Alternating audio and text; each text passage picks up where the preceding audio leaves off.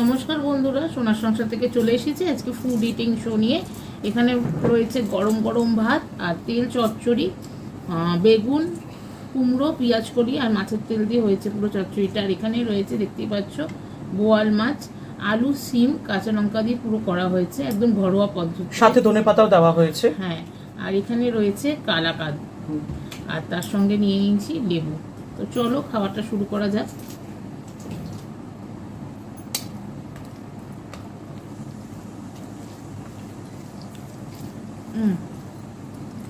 দারুণ হয়েছে তেল চচ্চড়িটা।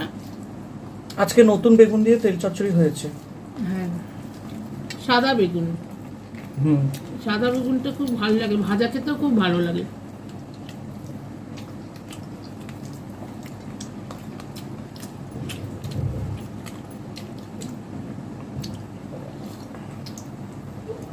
ভালো হয়েছে।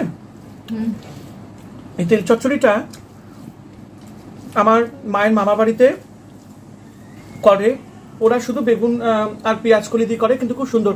আর এর মধ্যে কোনো লঙ্কার গুঁড়ো দেওয়া নেই, শুধু কাঁচা লঙ্কা বাটা, আদা বাটা আর জিরে বাটা, ব্যাস।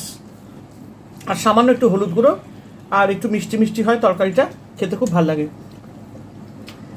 এই রেসিপিটাও তোমাদের সঙ্গে শেয়ার করব, তোমরা কিন্তু ভিডিওটা দেখে নিও।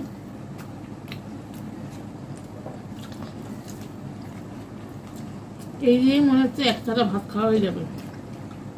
দেখো কি সুন্দর।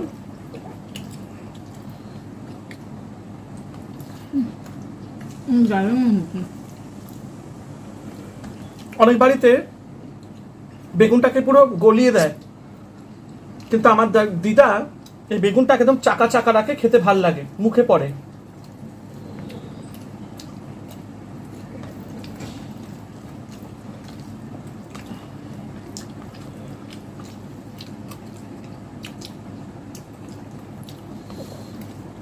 আমি তো মনে হচ্ছে এটা দিয়েই পুরো ভাত খেয়ে নেবো, আর মনে হয় মাছ দিয়ে খেতে পারবো না। খুব টেস্টি হয়েছে। আজকে মাছের ডিম ছিল না, কাঁচা মাছের ডিম দিলে আরো টেস্ট হয় কি। তবে জানেন তো, গরমকালে সব তেল চচ্চড়ি বেশি খাওয়া উচিত নয়। এখন ঠান্ডা ঠান্ডা আছে, একটু নতুন নতুন সবজি আছে বলে আমরা খেতে পাচ্ছি।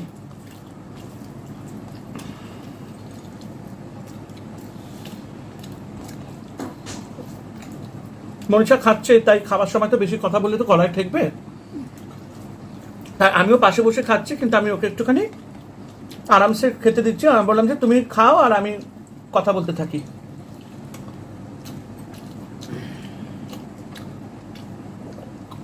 কারণ ও ভিডিওর দিকে তাকাবে, খাবে। ঝাল হয়েছে? না, আমি তো একটু ঝাল ঝাল করি তো। ঝাল হয়নি, প্রচন্ড পরিমাণে মানে ঝালটা খাই।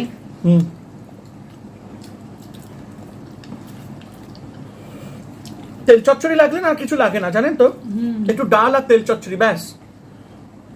কারণ তেল চচ্চড়ির মধ্যে আমি একটু বেগুন দিই, কেন ওই বেগুন দিয়ে তেল চচ্চড়ি দিয়ে খেতে খুব টেস্ট লাগে।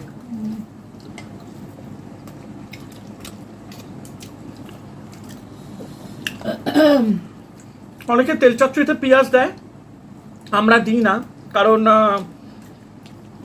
যেটা হচ্ছে, পেঁয়াজ দিলে না অনেক সময় তেল চচ্চড়িতে প্রচন্ড গ্যাস অম্বল হয়। কারণ এমনিতে তেলটা খুব রিচ, পেঁয়াজে তো গ্যাস হয়, তার মধ্যে বেগুন যাচ্ছে। অনেকে পেঁয়াজ দিয়ে করে, কিন্তু আমরা তেল চচ্চড়িতে একদম পেঁয়াজ দিই না। আমাদের বাড়িতে আবার কি বলতো, একটু রান্নাটা অন্যরকম। আর সবসময় আমরা কাঁচা মাছ কাঁচা তেলে দিয়ে রান্না করি, খেতে খুবই টেস্ট হয়।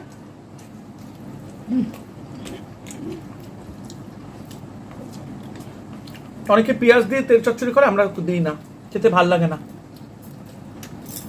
রান্নাটা তো এক একজনের এক এক ধরনের। হ্যাঁ, একটাই রান্না, বোয়াল মাছের এক একজনের হাতে ভেরিয়েশন, মানে নানা ধরনের হবে।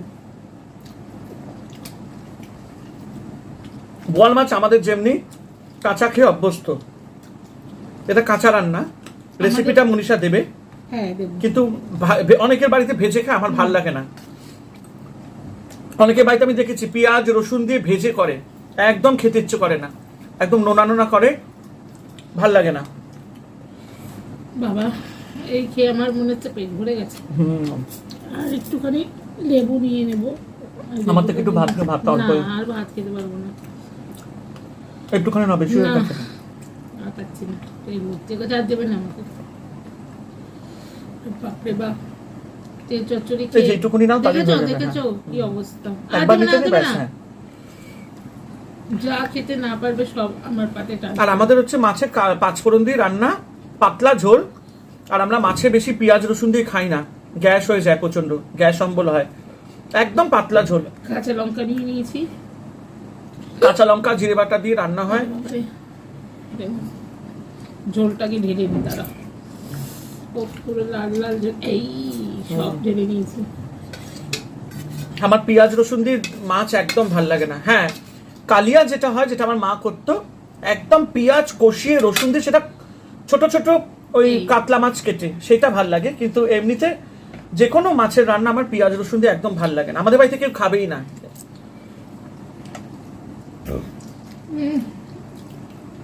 পাতলা ঝোল তো আজকে একদম করেছি, শিম দিয়ে, আলু দিয়ে, জিরে বাটা দিয়ে, হলুদ গুঁড়ো, টমেটো দিয়ে, আলু দিয়ে পাতলা ঝোল। আমাদের পাতলা ঝোল খেয়ে খেয়ে অভ্যস্ত, পেঁয়াজ রসুন একদম অ্যাভয়েড করি আমরা।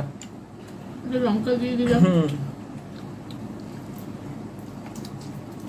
কাঁচা পেঁয়াজ খেতে ভালো লাগে, কিন্তু রান্নায় বেশি পেঁয়াজ দিই না।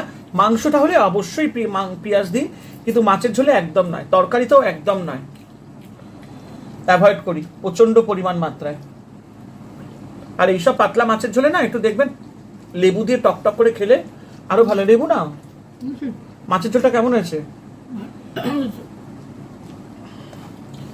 বিয়ের আগে তোমাদের বৌনি এরকম বোয়াল মাছ আমাকে একদিন ফোনে বলে, আমি খুব একটা খাই না, তাই তো, যে আমার ভালো লাগে না, বা ওদের বাড়িতে হয়তো এরকম সেরকম হয় না, হয় কিন্তু ও খায় না।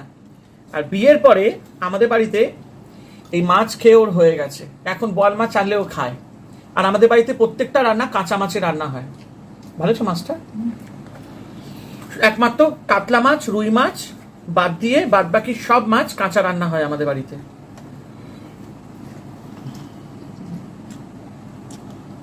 অনেকে আবার কাঁচা মাছটা খেতে পারে না। হ্যাঁ, আমাদের আবার যেমনি খেয়ে খেয়ে অভ্যস্ত। তবে প্রথম প্রথম আমরা খুব ভয় পেতাম যখন মনীষা এই বাড়িতে বিয়ে করে এসেছিল, যে কি হবে, আদৌ খেতে পারবে কিনা। তারপরে দেখলাম যে না, ওর মুখে স্বাদ এসে গেছে। আসলে দেখুন, মাছ কাঁচা রান্না করে করুন বা ভেজে রান্না করুন, মাছ রান্নাটার পদ্ধতি যদি আপনি ঠিকভাবে করেন না, আপনি যে কোনো ভেরিয়েশনই করুন, খেতে ভালো লাগবে। রান্নাটা আপনাকে ঠিক করে করতে হবে। আমার আবার একটুখানি এতে হ্যাচাং আছে, আমার রান্না যদি ঠিক করে না হয় মনের মতন, আমি খেতে পছন্দ করি না। এই হচ্ছে ব্যাপার। আমি এই জন্য সব মানে অনেকেই আমাকে নেমন্তন্নের মতো করে, আমি যাই না খুব একটা খেতে। এই হচ্ছে ব্যাপার। আমি আবার একটুখানি খুব ঘরোয়া রান্না খেতে ভালোবাসি। আর এদের বাড়িতে গেলে তো ওরে বাবা, পাত পেরে খেতে দেবে, কোনটা ছেড়ে কোনটা খাবো। কারণ আমার তো ছোটবেলার থেকে আমাদের যেমনি অন্যরকম, একটা ডাল, একটা সবজি, একটা তরকারি, ভাত, হ্যাঁ একটা ভাজা হয়ে গেল, সিম্পল। যদি মাছ হয়, এই যে দেখতে তো পাচ্ছ তোমরা, মাছ হলে 2 পিস করে মাছ, দুবেলা, আর কিচ্ছু লাগবে না, মাছের ঝোল, ভাত, তার সাথে হয়তো একটা তরকারি বা একটা ভাজা, এরকম, বা অনেক সময় ডাল হয়ে যায়। একদম সিম্পল রান্না, বেশি মানে হাবি ঝাবি ওই 2 রকম ভাজা, 1 রকম তরকারি, একটা ডাল, চাটনি, পাঁপড়, দই, মিষ্টি খাওয়া যায় না। বস লঙ্কাটা লঙ্কা খাবো না। কেন, খুব ঝাল হয়েছে? ও,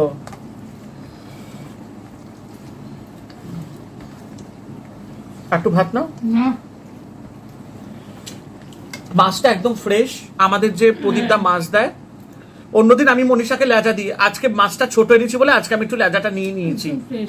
হ্যাঁ, এই দেখো, আজকে আমি লেজাটা নিয়েছি। এই দেখো, বোয়াল মাছের লেজা আমি এককালে খুব খেতে ভালোবাসতাম, মা আমাকে দিত, এখন আর খুব একটা খাই না, আনলে মনীষাকে দিই। কিন্তু আজকে আমার কি মনে হলো, মাছটা ছোট তো, এই জন্য আজকে আমার একটু মনে ইচ্ছা হলো যে আজকে একটু বোয়াল মাছের লেজা খাই।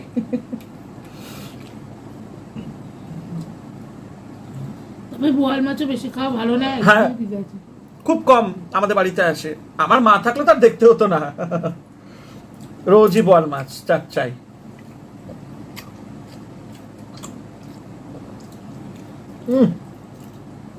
মাছটা অপূর্ব হয়েছে। হ্যাঁ, না,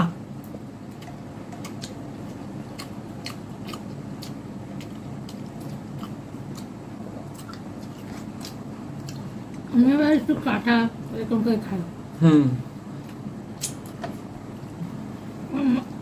এই জন্য আমি বেশি কথা বলছি না, খাওয়ার সময় গলায় যদি কাটা ফুটে যায়।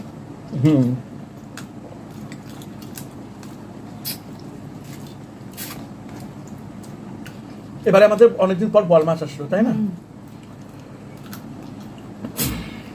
আমাদের বাড়িতে আবার নিরামিষটা বেশি খাওয়া হয়। মাংসটা, খাসির মাংসটা, তো আমি হচ্ছে খাসির মাংস প্রাণ, কিন্তু ঘরে খুব কম আসে।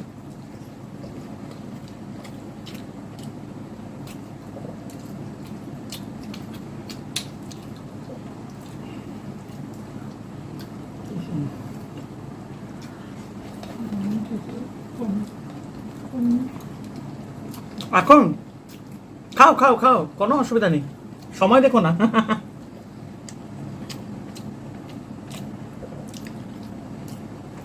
এখন আর মিষ্টি খেতে পারবো না, যে অবস্থা দেখছি। তোমাদের বৌমনি আমাকে বলছে কমিউনিট হলো, একটু দেখো তো, হচ্ছে তুমি খেতে থাকো, সময় দেখো না, আস্তে আস্তে ধীরে সুস্থে খাও। আজকে মাছটা সত্যি জমে গেছে।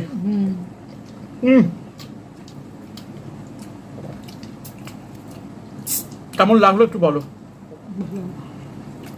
ভালো হয়েছে। আজকে আর মিষ্টিটা খাবো না, এখন ঝালটা মুখটাই ভালো লাগে।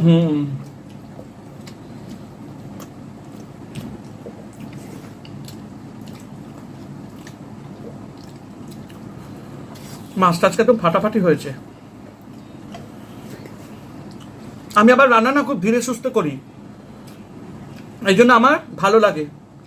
মানে তাড়াহুড়ো করে বেশি আজে রান্না করে দেব, ভাল লাগে না।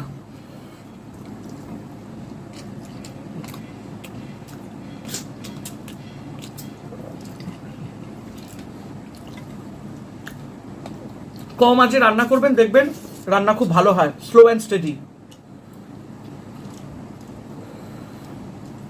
তাড়াতাড়ি হয়ে যাবে বলে বেশি আঁচ দিয়ে রান্না করতে রাখলাম, ভাল লাগে না। রান্না করার প্রচুর পদ্ধতি আছে, অবশ্য রান্নাটা আমি শিখেছি, আমি হোটেল ইন্ডাস্ট্রিতে ছিলাম।